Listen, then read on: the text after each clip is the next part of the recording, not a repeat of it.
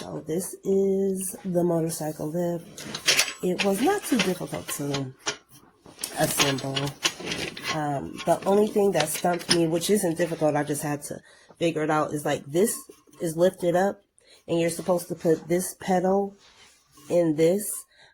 So in order to do that, because the frame is going to be in the way.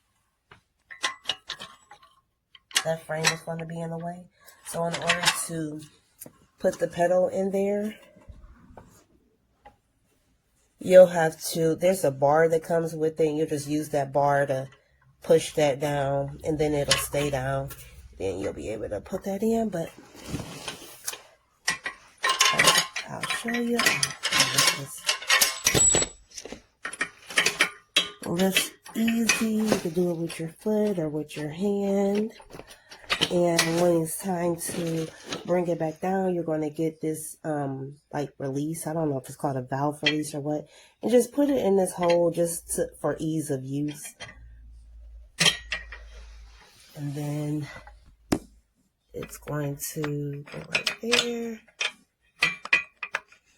And then you're going to turn it counterclockwise. And it'll go down on its own.